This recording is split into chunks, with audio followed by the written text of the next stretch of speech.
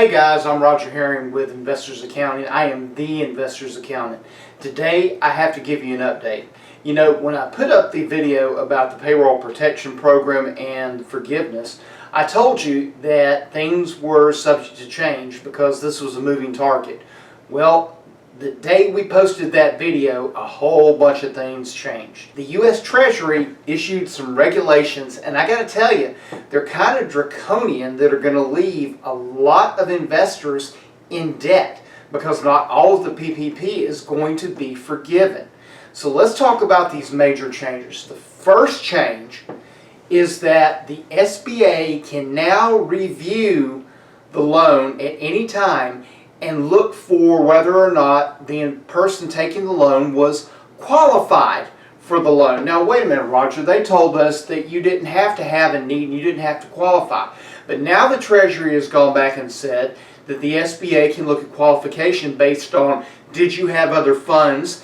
Did you have other credit? Isn't that just a wonderful thing? They can review the calculation, and guess what? If they find you shouldn't have had the note or the loan, they can call it due. That's bad news, guys. And guess what? This applies even to those of us that are in the $2 million and under so-called safe harbor. They can take a look at that too. The second thing that these regulations have done is essentially the SBA has 6 years to do an audit. That's right. There is a loophole that leaves us open to a possible SBA audit for up to 6 years in the future on the PPP loans. The third thing it did is it created this new class of employee called the employee owner.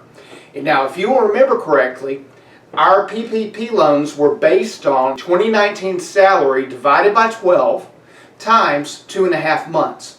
So we were supposed to receive 2.5 months of salaries, or our W-2 salaries for those that own S-Corps. Now they've changed the rules on us.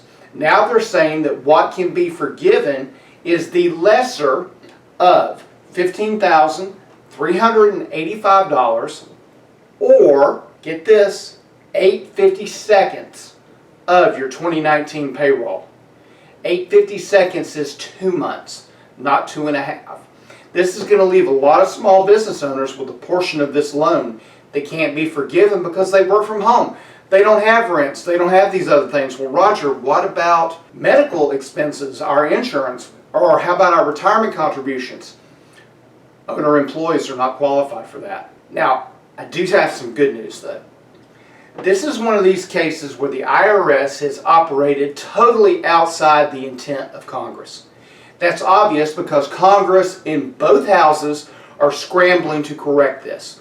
What they're doing is there is a bill that has passed the House and a comparable bill in the Senate. So we're looking to have some workarounds on this very soon.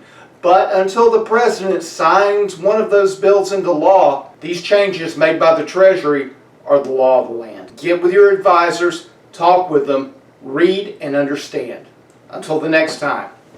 Roger out.